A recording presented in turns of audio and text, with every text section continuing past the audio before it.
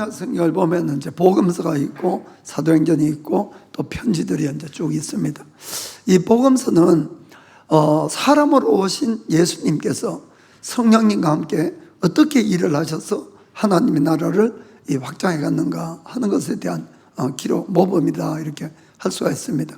그리고 이제 사도행전 또 사도들 편지 이런 것들은 하나님의 성령이 교회랑 우리 믿는 사람에게 임해서 어떻게 이 하나님의 교회가 하나님의 나라를 확장해 갔는가 하는 것에 대한 모범을 이렇게 기록해 놨다 이렇게 할 수가 있습니다. 옛날이나 지금이나 사실 교회는 늘 문제가 많습니다. 문제가 없는 게 아니고 그러나 하나님께서 성경 속에 나오는 모든 그 교회들도 문제가 많지만은 결국은 그 교회를 통해서 하나님의 나라를 만들어간 거예요. 그것은 오늘날도 마찬가지라는 것을 우리는 꼭 명심을 해야 됩니다. 특별히 일본에서는 교회가 워낙 적고 크리스천들이 워낙 약하다 보니까 우리가 뭘 하겠냐 하는 그런 좀 생각들을 많이 가지고 계신 것 같은데 이건 아주 근본적으로 좀 잘못됐다는 것을 오늘 좀 말씀을 드리길 원합니다. 물론 교회가 문제가 많고 부족한 것도 많이 있지만은 그렇다고 해서 하나님은 세상에 믿지 않는 사람을 사용해서 교회의 그 하나님 구원을 시켜가는 것은 아니에요, 여러분. 그것이 아니라 반드시 부족하지만은 우리 믿는 사람을 통해서 지금 일을 하시고 영혼을 구원하시고 하나님 나라를 확장해 간다는 것을 이걸 정말 믿으셔야 되는 겁니다. 그럼 만일에 우리가 주님을 위해서 그 마음을 가지고 복음을 전하지 않고 하나님 일을 하지 않는다면은 하나님은 일을 하실 수가 없어요, 사실은. 물론 하나님이시니까 하려고 하면 하겠지만은 그러나 성경의 원칙으로는 일을 하지 않는 거예요. 우리를 통해서만 한다는 걸 아셔야 됩니다. 그래서 여러분 한 사람 한 사람이 정말 너무너무 중요하다는 것을 좀 아시길 바랍니다. 그리고 이 땅에서 이제 우리가 주님께서 구원을 위해서 일을 하셨는데 그 모든 것도 지금 우리들에게 다 맡겨놓았다는 것도 우리는 꼭 명심을 해야 됩니다. 그래서 우리가 성경에 보면은 예수를 믿으면은 정말 하나님의 자녀가 됩니다 이렇게 적혀 있어요. 그런데 이것을 믿는 사람도 있고 안 믿는 사람도 있고 그렇지만은 여러분 이건 사실이에요. 여러분 그냥 하나님께서 우리 위로하려고 너 하나님의 자녀가 됐다 그것이 아니고 진짜 예수를 믿으면은 죄사함을 받고 하나님의 자녀가 되는 겁니다. 그 증거가 뭔가 하면은 우리 속에 와 계신 성령님이에요. 그분은 정말 하나님인 걸 여러분들이 믿으셔야 됩니다. 하나님이란 분이 내 속에 와 계시고 나를 붙들어서 나와 함께 일을 하려고 한다는 것을 여러분 정말 이걸 믿으셔야 됩니다. 그렇기 때문에 우리가 모든 만물을 만든 창조주 하나님을 내가 아버지라 부르잖아요. 감히 어디다 대고 아버지라 부르나? 그렇잖아요. 우리 죄 많은 인간이. 그러나 성령을 받게 되면은 나도 모르게 하나님을 하나님 갈 때도 있지만은 아버지 갈 때가 좀 많잖아요, 사실은. 그 어떻게 하나님을 아버지라 부릅니까? 내 속에 성령이 계시니까 그분의 자녀가 됐으니까 아버지라고 나오는 거예요, 여러분. 그것뿐만 아니고 하나님은 원래 인간을 만들 때부터 우리를 예수님하고 동등한 하나님까지 올려주려고 만들었다는 것도 정말 믿어야 됩니다. 정말 우리가 성경을 하나하나 보면은 너무 감격할 일이 너무 많은 거예요. 안 믿어서 탈이지. 무슨 말이 아시겠습니까? 자, 로마서 8장 29절 보면은 하나님이 미리 아신 자들로 또한 그 아들의 형상을 본받게 하기 위하여 미리 정하셨으니 이는 그로 많은 형제 중에서 맏아들이 되게 하려 하심이니라. 아멘.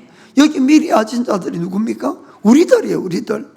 에베소서 1장 4절 보면은 모든 만물을 만들기 전에 우리를 이미 알고 이미 정해 놓았다 이렇게 되어 있는 것이에요. 오늘 지금 읽은 것처럼 우리를 예수님 닮게 하는 데만 그치는 것이 아니고 실제로 예수님이 우리의 큰형님, 이 장남이 되고 우리는 똑같은 형제가 된다고 이렇게 적혀 있는 거예요, 여러분. 그렇기 때문에 정말 예수님을 믿는 것은 정말 이거 정말 대단한 놀라운 축복이라는 것을 정말 꼭 깨닫기를 축복합니다. 자, 그리고 또한 주님의 모든 이 땅에서 하신 일을 우리에게 맡겨주셨다는 것을 아셔야 됩니다. 예수님이 이 땅에 오신 사명은 우리 인간의 죄를 사하시려고 십자가에 죽으시고 부활하신 것이죠. 그렇죠. 그것은 하나님의 아들밖에 할 수가 없어요. 실제로 진짜 하나님의 아들. 왜냐하면 우리는 죄인이라 안 되고 그분만이 죄가 없기 때문에 죄 없는 분이 이 땅에 와서 우리를 대신해서 십자가에 죽으시고 우리 죄를 사해 준 겁니다. 그런데 이 땅에 100% 인간으로 오신 그 예수님은 이 땅에서 마지막에 이제 그 일을 하셨는데, 그럼 그 이전에 뭘 했냐? 성령님과 함께 놀라운 사역을 하죠. 병을 고치고 기적을 행하고, 그리고 이 귀신을 쫓아내고 복음을 전하는, 사람을 생명을 살리는 복음을 전하는 일을 했습니다. 그리고는 3년 반 동안 제자들을 훈련하시고 제자를 키웠습니다. 그리고 이제 마지막에 주님께서 십자가 죽으시고 부활하신 다음에 성천하시기 직전에 제자들을 모아놓고 그들에게 명령을 하는 겁니다. 마가복음 16장 15절 16절 보겠습니다. 또 가라사대 너희는 온 천하에 다니며 만민에게 복음을 전파하라. 지금까지 예수님이 쭉 해왔어요. 예수님이 계실 때. 그런데 이제 너도 훈련받았으니까 너희들이 해라. 자, 그 다음 16절에 믿고 세례를 받는 사람은 구원을 얻을 것이요 믿지 않는 사람은 정죄를 받으리라. 복음에 영생이 있는 거예요, 여러분. 복음에. 그래서 우리가 복음을 전해야 되는 겁니다. 우리가 복음을 전하지 않으면 아무도 복음을 전할 사람이 없는 거예요, 사실은. 세상 사람이 아무리 똑똑하고 훌륭해도 그분들이 복음을 전하는 것이 아니라 예수 믿는 사람밖에 전할 수가 없다는 겁니다. 아멘. 그렇죠. 그리고는 예수님은 19절 보니까 하늘로 올라가시는 거예요. 주 예수께서 말씀을 마치신 후에 하늘로 올리우사 하나님 우편에 앉으시니라. 아멘. 그러니까 예수님께서 부활하시고 하늘 가시고 그 당시에도 엄밀하게 이야기하면은 예수님은 이 땅에 안 계시는 거예요, 여러분. 지금도 그렇고. 아시겠습니까? 다만 하나님의 성령께서 우리 속에 와 계시니까 삼위일체 하나님이니까 예수님이 우리 마음도 계실 수가 있는 것이지, 엄밀하게는 예수님은 지금 하나님 보좌에 계시는 겁니다. 그런데 그러니까 이제 제자들이 나가서 예수님 말씀처럼 복음을 전하니까 놀라운 기적들이 일어났다는 겁니다. 20절에 제자들이 나가 두루전 발세 주께서 함께 역사하사 그 따르는 표적으로 말씀을 확실히 전가하시니라. 아멘. 정말로 따르는 표적으로 복음을 전거라 해서 놀라운 초대교회의 역사를 우리가 이제 볼 수가 있는 겁니다. 아멘. 자, 그러면 오늘 이 시대는 어떠냐 하는 겁니다. 오늘 이 시대는 예수님 제자들도 없어요. 이제 예수님 올라가셨고 2000년 전에 예수님 제자들도 안 계시고, 그럼 있는 건 누구예요? 여기 있는 우리밖에 없는 거예요, 여러분. 정말 이거 여러분 잘 심각하게 하셔야 됩니다. 우리밖에 없는데 우리가 그 일을 바톤을 받아서 해야 된다는 거예요. 우리가 복음을 전하면서 사람들의 어려움을 도와주고 귀신도 쫓아내고 병도 고치고 기적도 행하고 그 일을 우리가 해야 되는 거예요. 우리가 안 하면 아무도 할 사람이 없다는 걸 여러분 정말 이거 마음속에 꼭 두셔야 되는 겁니다.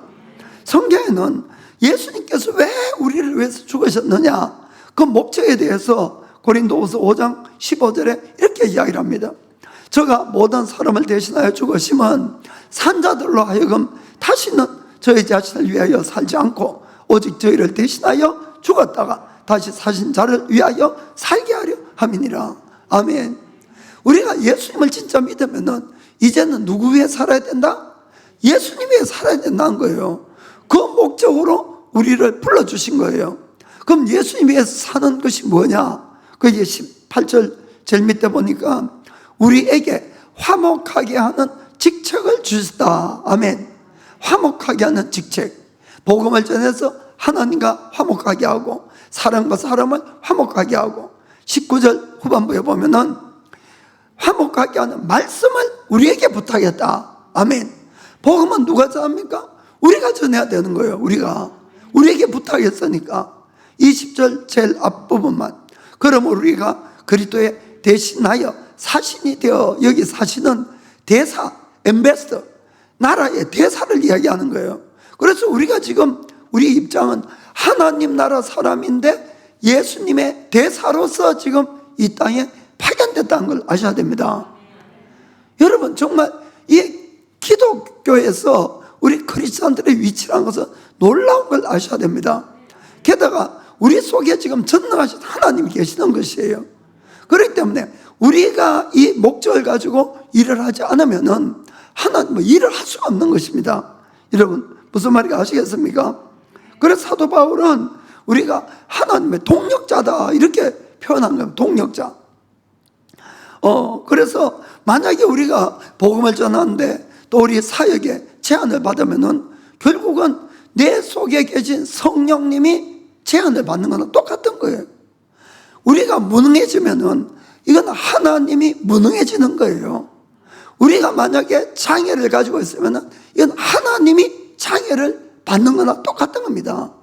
왜냐하면 우리를 통해서만 일을 하니까. 이해가 됩니까? 그래서 여러분들이 좀 오늘 완전히 생각을 싹 바꾸셔가지고 정말 내가 어떻게 살아야 되느냐, 이걸 여러분들이 한번 마음에 잘 새겨보길 바랍니다.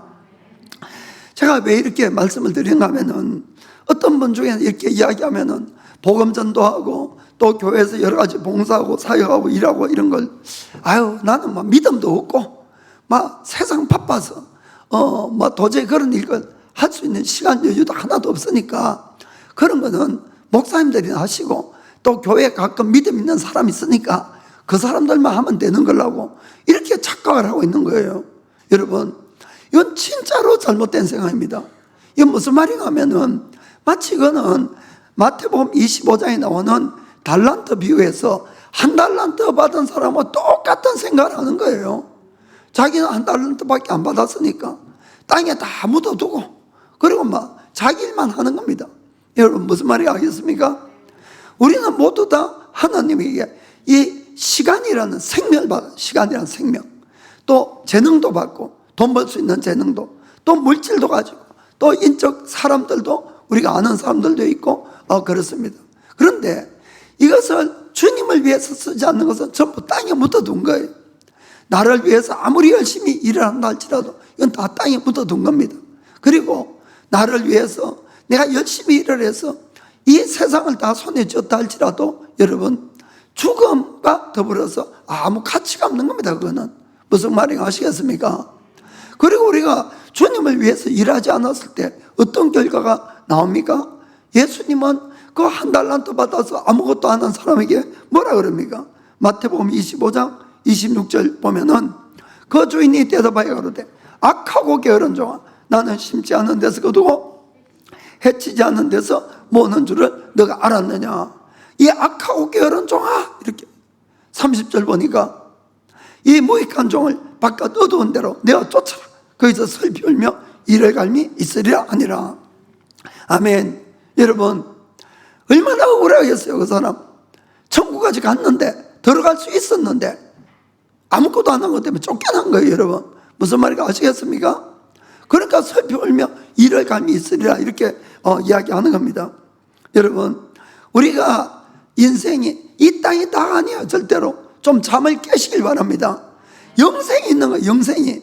그리고 아까 예수님이 우리를 구원한 것은 이제는 나가 아니라 주님을 위해서 살라고 구원해 준 거예요. 그분이 나의 주인이에요. 그분이. 그러면은 나의 삶을 이제는 그분께 드리는 것이 마땅하다는 거예요. 여러분. 그리고 그것이 가장 복된 삶이 된 줄 여러분 믿으시길 바랍니다. 그래서 사도 바울은 우리가 하나님으로부터 은혜를 받고 믿음을 받고 하지만은 고난도 함께 받는다고 이야기를 했습니다. 자, 빌립보서 1장 29절 보겠습니다.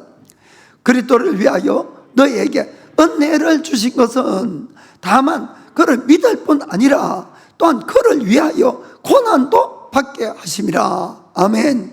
30절에 어떤 고난입니까? 너희에게도 같은 싸움이 있으니 너희가 내 안에서 본 바요 이제도 내 안에서 듣는 바니라. 아멘. 사도 바울은 어떤 일을 했습니까? 복음 전도로 전 인생을 바친 분이지 않습니까? 그 싸움이 너희들에게도 있다는 거예요. 너희들에게 동일한 고난을 받아야 된다는 겁니다. 아멘.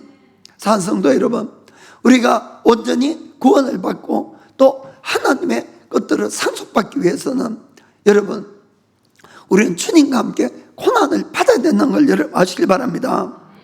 우리가 하나님의 자녀가 되었으면 하나님의 모든 좋은 것을 상속받는 권리가 있어요. 권리가.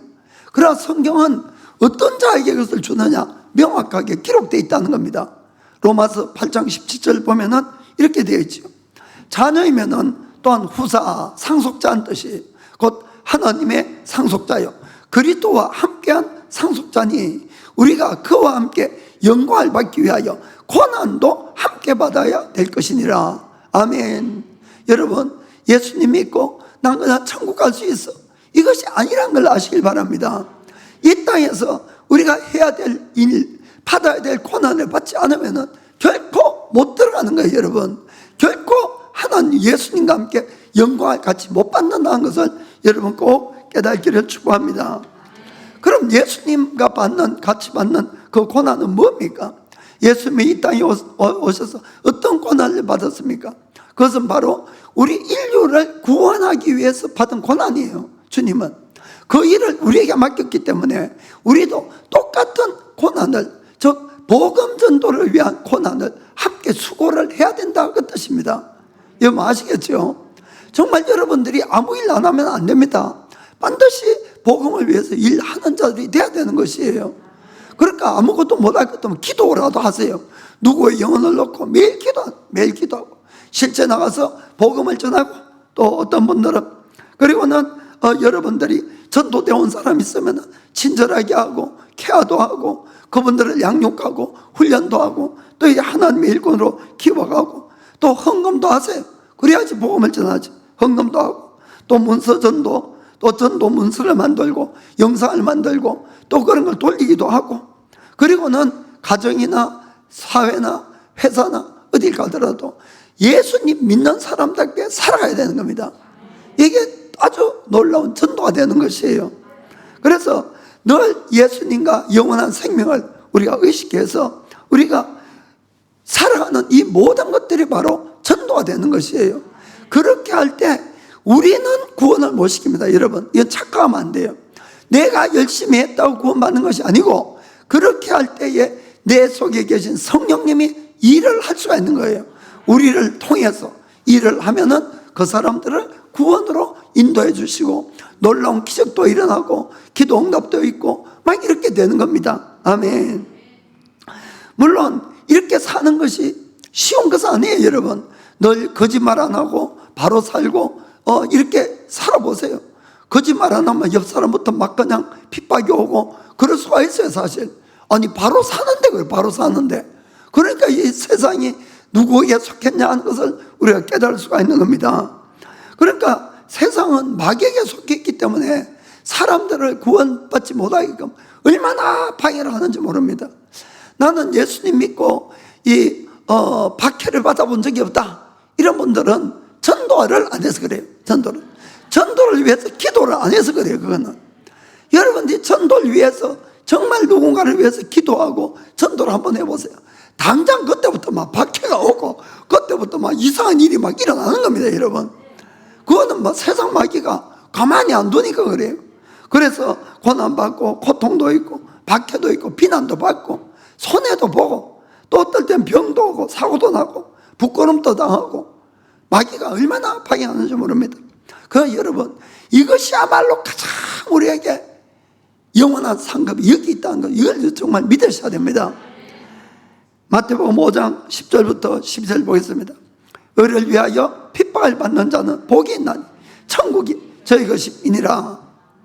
나를 위하여 너희를 욕하고 핍박하고 거짓으로 너희를 거스려 모든 악한 말을 할 때 너희에게 복이 있나니. 12절 기뻐하고 즐거워하라. 하늘에서 너희의 상이 큼이라. 너희 전에 있던 선지자들을 이같이 핍박하였느니라. 아멘. 복음 전도하는데 핍박 없는 게 절대로 없습니다. 반드시 핍박이 오는 거예요.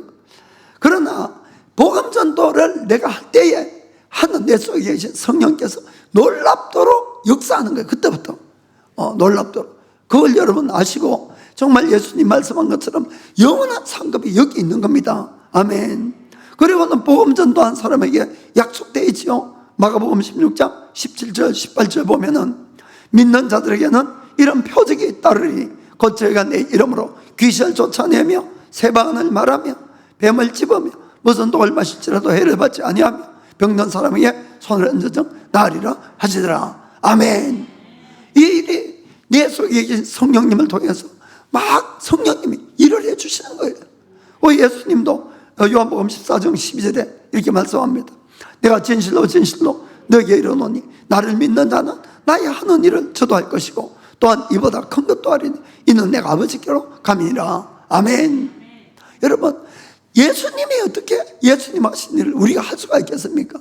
그러나 여러분, 예수님도 이 땅에 오셔서 예수님이 가지고 있는 하나님의 능력으로 한 것이 아니에요. 여러분, 100% 우리 인간으로 오셔서 예수님이 성령님을 받아서 성령님의 능력으로 그 일을 했다는 걸 믿으시기 바랍니다.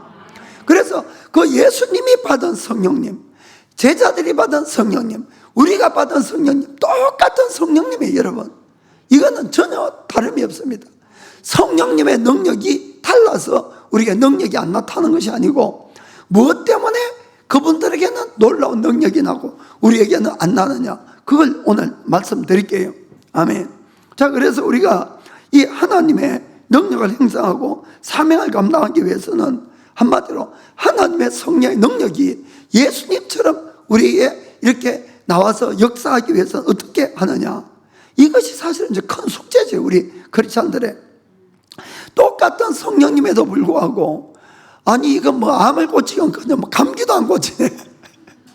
감기도 안 고치네. 솔직하게 예수님 믿으면서 기도해서 막 응답받고 하는 사람 없잖아. 좀 적잖아요. 사실은 그렇게 많지 않고. 그리고 막 정말 큰 능력이 나타난 사람은 정말 세계적으로도 손가락 꼽을 정도밖에 안 되고. 왜 이런 일이 일어날까? 이것은 한마디로 우리 속에 있는 성령님의 문제가 아니고 성령님을 둘러싸고 있는 내 마음의 문제라는 걸 아시길 바랍니다. 내 마음이, 예수님의 마음은 100% 하나님께만 향해서 하나님의 뜻만 행하는 분이에요. 그러니까 100% 성령님이 얼마든지 자유롭게 일을 할 수 있는데, 우리 마음은 요상해가지고 늘 딴 걸 생각하네. 특별히 이 땅의 것을 생각하고 땅의 것을 더 가지려고 그러고, 이렇게 하면은 성령님이 누구에게 방해를 받느냐? 나한테 방해를 받는다는 거예요. 내 마음에 딱 갇혀서 나오질 못하는 거예요. 무슨 말인지 아시겠습니까? 정말 이 문제가 우리 아주 심각한 문제라는 것을 여러분 정말 깨닫고 하셔야 되는 겁니다. 그래서 우리 마음이 늘 하나님의 마음의 뜻을 구하고 그 뜻에 순종하려고 하지 않고 늘 내 욕심을 따라서 가려가는 것이에요. 여기에 하나님의 능력이 안 나타나는 가장 큰 문제라는 것을 여러분 아시길 바랍니다. 우리 예수님께서는 이 모든 공적인 활동을 하시기 전에 먼저는 세례 요한에게 가서 세례를 받으셨어요. 예수님 성령 받을 때 그랬죠.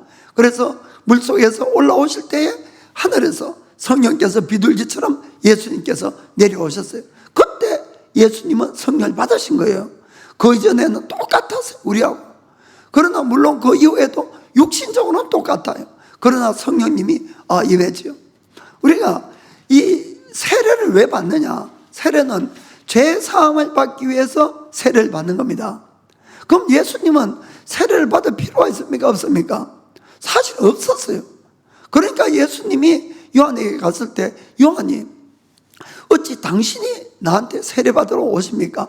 내가 당신한테 세례를 받아야 될 건데, 이렇게 이야기한 거예요. 예수님은 죄가 없으시니까. 그러나 예수님이 세례를 받으신 것은 우리를 위해서입니다. 죄인인 인간이 어떻게 죄 용서함을 받고 어떻게 하나님의 성령을 받고 앞으로 어떻게 사역을 할 수 있는가, 이것을 하나하나 다 보여주기 위해서 예수님은 모든 길을 우리 앞서 가신 걸 여러분이 믿으시길 바랍니다. 그래서 예수님께서 우리가 이 성령을 받기 위해서는 먼저 죄 사함을 받아야 되거든요. 마음으로 회개하고 예수님의 이름으로 세례를 받아서 그분을 영접해서 우리가 성령을 받을 수 있다는 걸 믿으시길 바랍니다.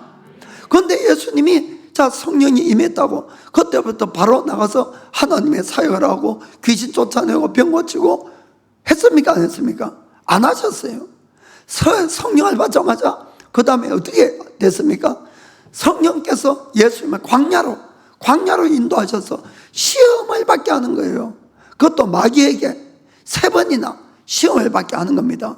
여러분, 이 과정이 우리가 성령을 받고 하나님의 일을 하는데도 똑같은 과정으로 일어난다는 것을 여러분 아셔야 됩니다. 이 시험에 합격을 못하면 시험을 못 받는 거예요. 늘 그냥 그 자리에 머물다가 끝나는 거예요, 인생이. 여러분, 그 시험이 뭔가 하면은 크게 이야기하면은 우리의 육신의 정욕, 안목의 정욕, 이생의 자랑에 대한 시험인 겁니다. 요한일서 2장 15절 16절 보겠습니다. 이 세상이나 세상에 있는 것들을 사랑치 말라. 누구든지 세상을 사랑하면 아버지의 사랑이 그 속에 있지 아니하니, 이는 세상에 있는 모든 것들이 육신의 정욕과 안목의 정욕과 이생의 자랑이니 다 아버지께로 쫓아온 것이 아니요 세상으로 쫓아온 것이라. 아멘. 저는 제일 처음에 이 말씀을 읽고, 야, 이 세상이나 세상에 있는 것을 사랑하면 안 된다. 아니, 너무 사랑하는데 이게 탁 걸리는 거예요, 솔직하게.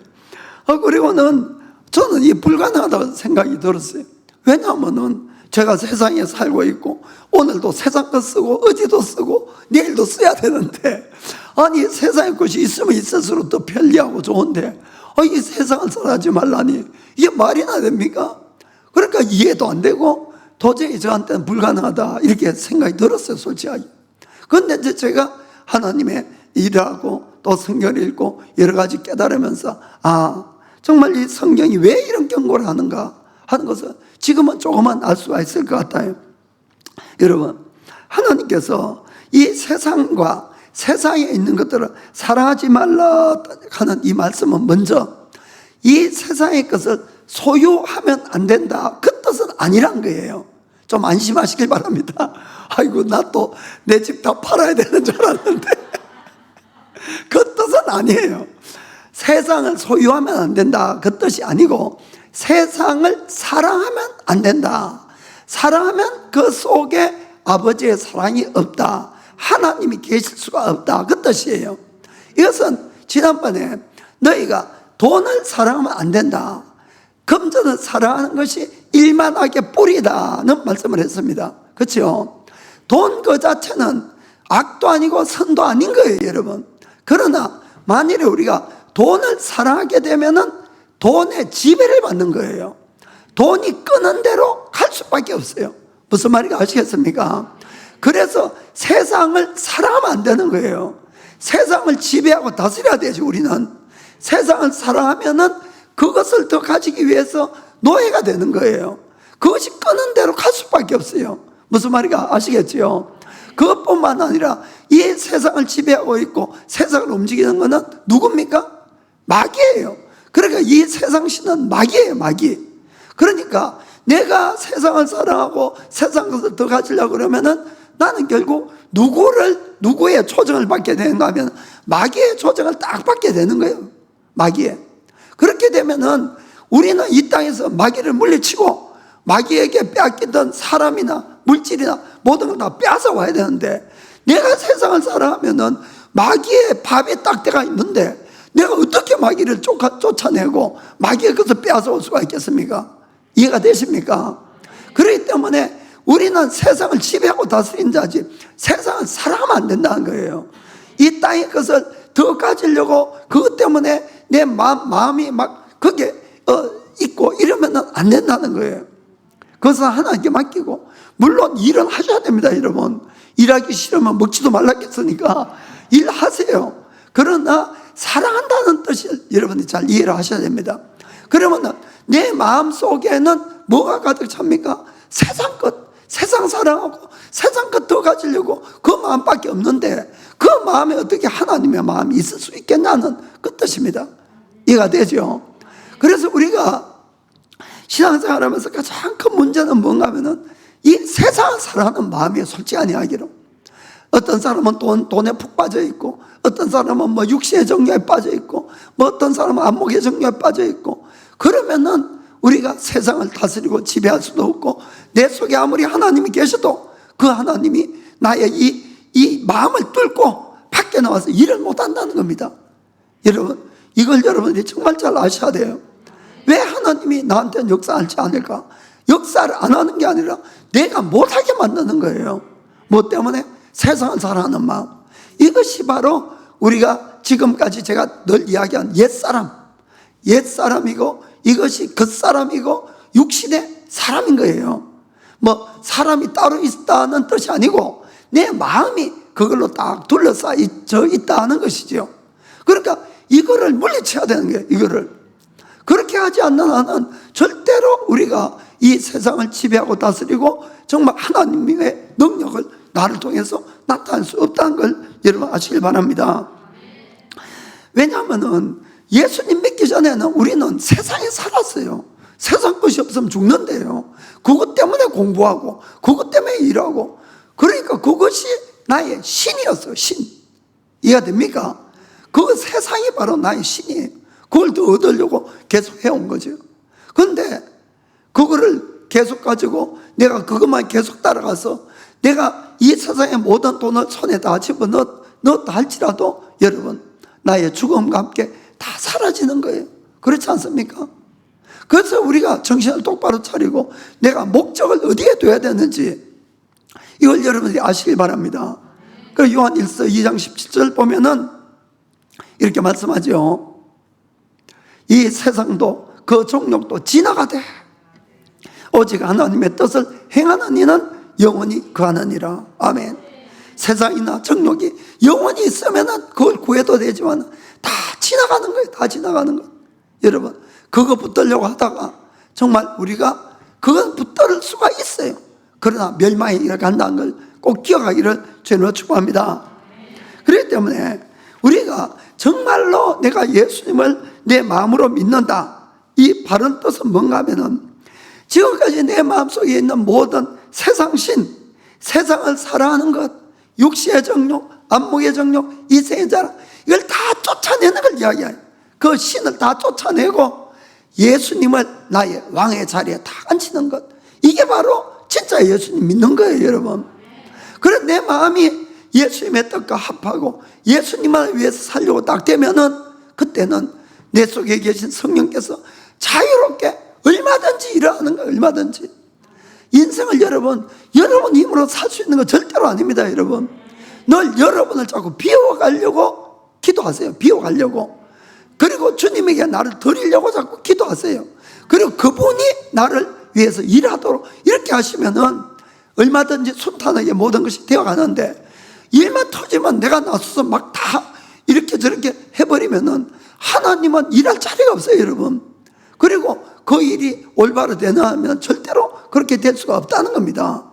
그래서 내 마음을 예수님께 완전히 내드리면은 이제는 성령님이 나를 통해서 얼마든지 역사를 하실 수 있는 겁니다. 놀라운 기적도 일어나고 기도 응답도 있고 정말 이 사람 영혼의 구원들도 계속 일어난다는 것을 정말 믿기를 주의 이름으로 축복합니다.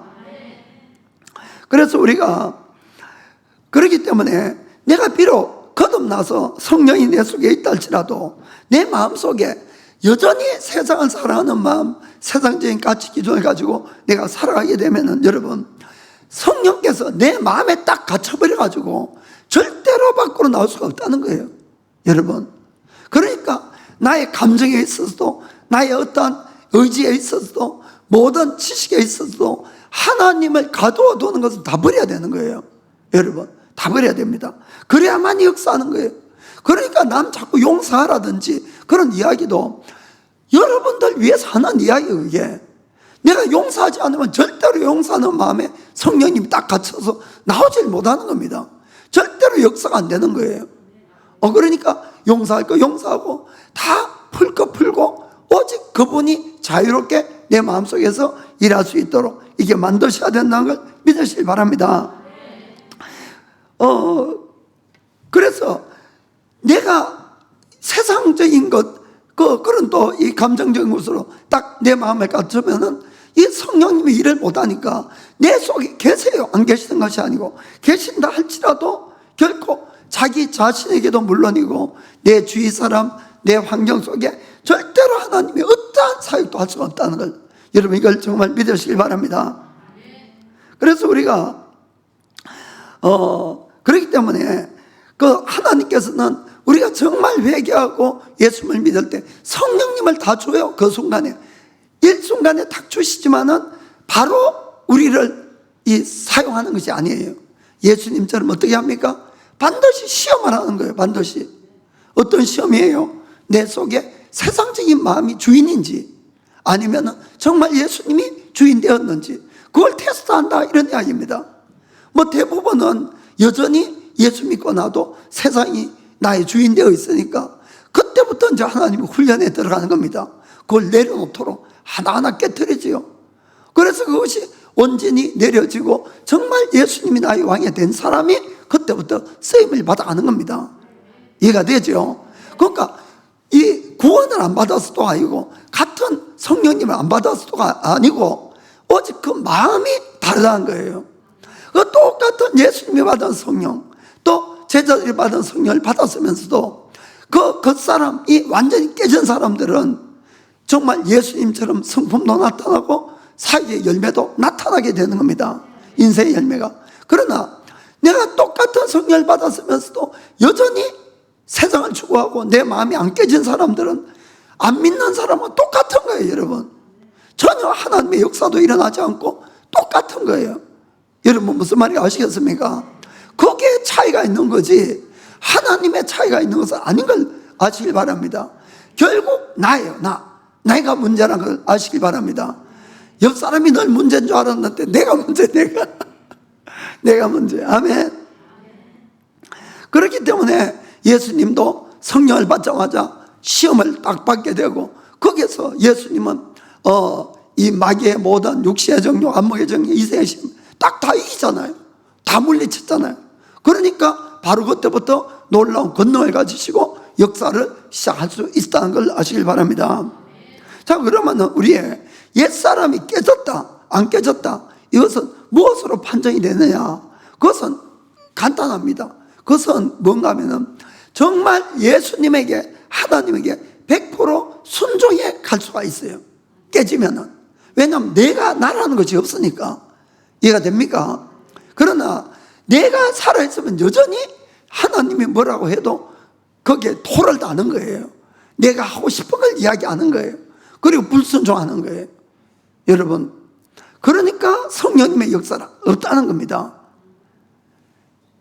자, 우리가 예수님을 보면은 철저하게 하나님 아버지께 모든 초점을 맞추는 걸 볼 수가 있습니다. 자, 요한복음 5장 19절 보겠습니다. 그러므로 예수께서 저에게 이르시되 내가 진실로 너희에게 이르노니 아들이 아버지의 하시는 일을 보지 않고는 아무것도 스스로 할 수 없나니 아버지께서 행하시는 그것을 아들도 그와 같이 행하느니라. 아멘. 아버지가 하는 걸 보지 않고는 스스로는 아무것도 할 수 없다 그랬어요. 스스로는. 아멘. 30절 보겠습니다. 내가 아무것도 스스로 할 수 없노라. 듣는 대로 심판하노니 나는 나의 원대로 하려고 하지 않고 나를 보내신 이의 원대로 하려는 고로 내 심판은 어려우니라. 아멘. 철저하게 예수님은 자기를 나타내지 않는 거예요. 철저하게 하나님 아버지께 받아서 그것을 순종해서 나가는 겁니다. 그러니까 그 속에 인간으로 오셨다 할지라도 성령님께서 예수님에게 전혀 방해를 받지 않고 얼마든지 자유롭게 더 이 정복되어서 일을 하실 수 있는 이것은 바로 하나님 그분의 뜻을 온전히 이루어 가려고 했다는데 여기 있다는 걸 여러분이 정말 믿기를 축복합니다. 그래서 우리가 정말 예수님 믿고 나면은 정말 여러분들이 지금까지 세상적으로 가져왔던 여러 가지 뭐 계획, 욕심, 목표 이런 거 일단 다 내려놔야 됩니다. 물론 뭐 그것이 하나님의 뜻도 있겠지만은 그 안에는 그러나 주님이 원하신 걸 내가 하겠다 이렇게 하셔야 돼요. 여러분 특별히 모든 육신의 정욕과 이런 것도 다 내려놓으셔야 됩니다. 그건 내리는 게 아니라 그건 버려야 돼요. 그건 버리고 그리고 내가 주님을 따라가겠다고 하면은 그때부터 내 속에서 역사가 일어난다는 걸 아시길 바랍니다. 그래서 예수님도 누가복음 9장 23절에 이렇게 말씀하셨어요. 또 무리에게 이르시되 아무든지 나를 따라오려던 자기를 부인하고 날마다 제 십자가를 지고 나를 쫓을 것이니라. 아멘. 주님 따라가기 위해서는 첫째는 자기 부인. 자기를 부인하지 않고는 결코 주의 일을 할 수가 없는 겁니다, 여러분. 주님 원하는 대로 삶을 살 수가 없어요. 그러니까 내가 죽겠다 하는 건 놓으면 돼. 놓으면은 하나님이 알아서 할 테니까. 그냥 내가 죽는 거지 뭐 하나님이 죽이는 거 아니니까 여러분 스스로가 그걸 자꾸 붙들지 마시고 그걸 놓으세요. 어떤 분이 산기도를 갔어요. 산기도를. 그래가지고 막 산기도를 열심히 하고 막 성령 충만해서 기분이 좋아서 막 내려왔어요. 그 밤이 다 컴컴해서 이제 어두운데 내려다가 막 미끄러졌네요. 절벽에 탁 떨어졌는데 쫙 하니까 나무에 탁 걸렸어요. 그래서 나무를 이제 딱 붙었는데 이 팔이 아파오니까 주여 어쩔 좀 살려달라고. 그러니까 그때 이제 소리가 하나 들렸어요. 그래, 그 팔을 놔라. 그러니까 이 사람이 아니 주님 살려달라는데 이 팔 놓으면은 나 죽을 건데 이 팔을 놓으라고 하냐고. 그것도 막 기도를 해서 하나님 나 진짜 팔이 떨어져 죽을 것 같으니까 팔 놔라. 아이고 너무 죽는데. 그러니까 밤새도록 결국 막 팔은 놓지 못하고 막 땀을 흘리고 막 죽을 똥 살 똥 이제 붙들었어요. 날이 이제 밝아오니까 보니까 땅에서 10cm밖에 안 떨어졌더라고요. 그 놓으면 사는데 그걸 막 죽겠다고 막 붙들고 그냥. 우리 인생도 이럴 수가 있다는 거예요. 다 끝나갈 때까지 그건 놔도 전혀 안 죽는데 그놈 놓으면 죽는가 싶어가지고 여러분 어리석은 삶 살지 마시고 그냥 하나님 믿고 놓으세요. 그 편안하게 뭐든지 그냥 편안하게 놓고 대신에 하나님의 일을 우리가 해가야 됩니다. 그 먼저 나를 부인하고 그 다음에 자기 십자가를 지라 그랬어요. 그것이 바로 나를 향한 하나님의 뜻이에요. 하나님의 계획이에요. 나를 어느 집에 심어놨든지 어느 교회에 심어놨든지 그곳에서 내가 있으라 그러면 끝까지 있는 거고 가라 그러면 가는 거고. 아멘. 그래서 그 일을 해가는 겁니다. 그럴 때에 주님이 내 속에서 얼마든지 역사를 하는 거예요. 그때부터. 지금 또 늘 그냥 내 뜻대로 안 되면 이게 좀 더 용서가 안 되니까 여러분 여러분 뜻대로 안 돼도 얼마든지 인생 살아갈 수 있으니까 걱정하지 마시고 놓으세요. 진짜 정말로. 자, 마지막으로 어느 한 분의 간증을 통해서 우리의 겉사람이 깨진다는 것이 얼마나 중요한지를 그 간증을 통해서 한번 알아보겠습니다. 하나님은 우리 속에 계시지만은 하나님이 어떨 때 정말 역사를 할 수 있는가 하는 이야기입니다. 한국 인천에 가면은 주한 장로교회라고 있어요. 거기 이제 그 목사님도 훌륭하지만은 안강자라는 권사님이에요. 권사님. 그때는 이제 집사님이었어요, 사실. 그런데 이제 그분은 정말 기적 같은 이 전도의 이 실적을 가지고 있는 분이에요. 1984년도 1년 동안에 안 집사님, 그때 집사님이니까 혼자서 전도한 사람 숫자가 여러분, 전도를 해서 교회로 실제로 데려와서 등록시킨 사람이에요. 그냥 교회 한번 와 앉혔다가 아니고 등록시킨 숫자가 1844명. 앞에는 10,000원 빼고 844명만 데리고 와서 할렐루야 하겠는데 여러분 이건 정말 기적 중에 기적이에요. 그거 진짜 사실이에요. 이거는. 그래서 1844명을 혼자 전도했어요. 물론 이제 그때 왔다고 해서 다 구원받았다 그건 아닐 수가 있지만은 그러나 실제로 그분이 전도를 해서 교회에 와서 다 이름을 쓰고 등록카드를 다 제출한 숫자가 바로 10,000명이 넘었다. 이거는 정말 하나님이 하시지 않으면 할 수 없다고 할 수가 있습니다. 우리가 1년에 전도 한 사람 이상 한 사람 손 들어보세요. 1년에 전도 한 사람 하기도 우리가 얼마나 힘이 드는데, 이게 10,000명이 넘는다는 것은 정말 참 기적 같은, 기적적인 기적이지요. 그런데 이제 이분이 처음부터 이래 전도가 잘 돼서 놀라운 열매를 맺은 것은 아니란 거예요. 여기에 이제 우리가 배울 것이 있습니다. 그러나 이분은 영혼을 사랑하고 전도한 아주 뜨거운 마음은 늘 있었어요.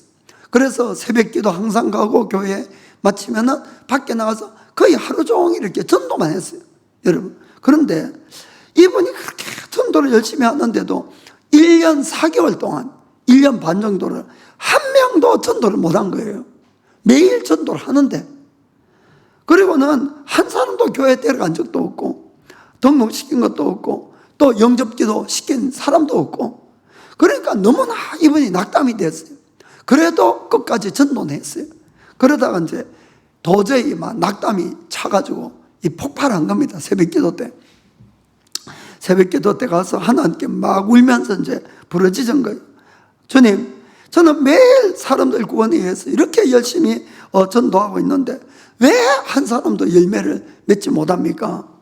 왜 예수님 믿습니다 하고 하는 그 소리 한번 못 들었고, 예수님 영접기도 하는 걸 한 번도 해본 적도 없고, 교회 한 번도 데리고 간 적도 없는데 왜 저는 이렇게 열심히 전도하는데, 그것도 하루도 안 쉬고 매일 하는데도 이런 전도의 열매가 없습니까 하고 막 그날 따라서 막 그냥 전도만 아예 가지도 않고 막 울면서 기도만 했어요. 그러자 아주 세미한 음성이 이제 들린 겁니다. 사랑하는 딸아, 먼저 너의 죄를 회개하라.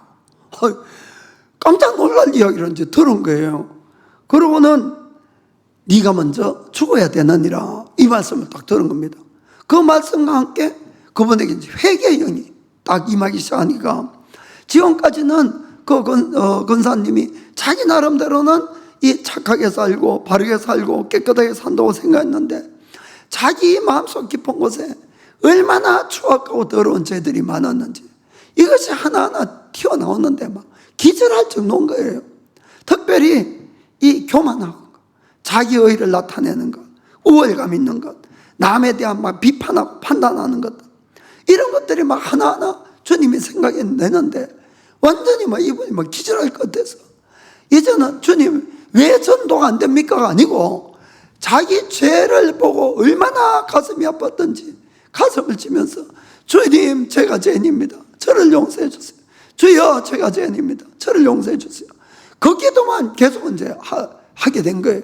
그래서 막 회개하고 울고 불고 막 하는데 나중에 정신을 차리고 보니까 3시간이나 울면서 회개한 거예요. 막 금방 그 시간도 지나갈 정도로 그렇게 마음 깊숙하게 이제 회개를 한 거죠. 그런데 그 회개가 딱 일어나고 그 다음부터 놀라운 기적이 일어난 거예요, 이분에게. 뭔가 하면은 전도하려고 가서 말만 걸어도 전도가 되는 거예요. 이 사람에 가서 손만 잡아줘도 전도가 되는 거예요. 아니, 눈만 마주쳐도 전도가 되는 거예요. 그 한 번은 이분이 이 14층 되는 140가구가 사는 이 만촌, 전도를 했는데 그 만촌에 살고 있는 80% 이상 거주자들 다 교회로 다 데리고 간 거예요, 혼자서. 여러분, 그분은 자기가 전도를 하는 것이 아니고 자기가 나가기만 하면 전도가 되어지더라는 거예요. 되어지더라. 성령님께서 전도를 그냥 막 사람들을 막 끌어모아 주시는 것 같다는 그런 표현을 하면서 자기 속에 계신 성령님께서 자기를 붙드셔가지고 자기 속에 있는 이 영원한 하나님의 생명을, 하나님의 은혜와 이 감격과 그리고 주의 영광과 함께 이것이 막 속에서 흘러나오는 것 같은 이런 막 느낌이 막 나오는데, 그래서 사람을 만나서 이야기만 해도 전도되고, 눈만 맞춰도 전도되고, 손만 맞춰도 붙잡아도 전도가 된다. 그 간증을 한 겁니다. 할렐루야. 여러분, 이건 사실이에요. 그분이 뭐 거짓말하고, 이건 정말 뭐 대한민국 국민이면 다 아는 그 당시에 그 놀라운 일이었었죠. 자, 그런데 여기서 한번 생각해 봅시다. 그분은 똑같은 이 사람이었어요. 똑같은 안집사님 똑같은. 그리고 똑같은 성령님께서 이미 그분 안에 계셨던 거예요. 안 계신 것이 아니고. 이해가 됩니까? 그럼 뭐가 달라졌기 때문에 그분을 통해서 그렇게 놀라운 하나님의 기적들이 일어났느냐 하는 이야기입니다. 그것은 바로 그분이 변한 거죠. 그분의 그 사람이 완전히 깨져버렸다는 겁니다. 지금까지 전도한다고 했지만 그분의 마음속에 있는 수많은 교만이나 자기의나 또 남을 비판하는 마음, 이런 것들이 딱 자기 속에 자리 잡고 있었기 때문에 전도가 안 되는 거예요. 전도가. 그래서 지금까지는 그분이 전도를 할 때 그랬다 그러더라고요. 자기 힘으로 자기 방법대로 열심을 막 하지만은 전도가 딱 안 되면은 돌아서서 화를 내고 돌아서서 속으로 한마디로 지옥 갈 것들 막 이런 식의 비판이 되고 하니까 이게 전도를 딱 막았다는 거예요. 여러분 말뜻을 아시겠죠? 그런데 이게 완전히 싹 벗겨지니까 그분을 통해서 성령님이 마음껏 자유롭게 얼마든지 활동을 할 수 있으니까 수많은 사람들을 그렇게 전도를 시킨 겁니다. 할렐루야. 여러분 이건 전도뿐만 아니고 우리의 모든 인생의 삶이 마찬가지예요. 내 속에는 이미 전능하신 하나님이 와 계시는 겁니다. 왜 그분이 나와 내 가족과 나의 인생 속에서 나의 일터에서 그분의 역사를 보지 못할까? 그걸 막는 것은 다른 사람이 아니에요. 여러분 나라는 걸 아시길 바랍니다. 나의 이 겉사람이 지금까지 세상에 잘 길들여져서 세상 것만 추구하고 세상 것을 더 가지려고 하고 세상 것을 따라가는 내가 있는 한은 그 성령님이 일할 수가 없다는 겁니다. 그걸 완전히 몰아내셔야 됩니다. 완전히 깨뜨리셔야 되는 겁니다. 그리고 내 마음의 왕의 자리를 예수님께 온전히 내어드려야 되는 거예요. 그럴 때 성령님이 나를 통해서 마음껏 일을 하시면서 내 가족을 구원하고 내 사업들을 더 번창시키고 놀라운 일들을 해갈 수가 있다는 것을 꼭 기억하기를 주님을 축복합니다. 자, 그러면은 일본에 전도가 안 되는 이 모든 이유가 어디 있겠습니까? 하나님입니까? 또 일본 국민이 그래서 그렇습니까? 아니에요, 여러분. 숫자도 아니에요. 이거는 한 사람이 얼마든지 세계를 바꿀 수 있는 거예요.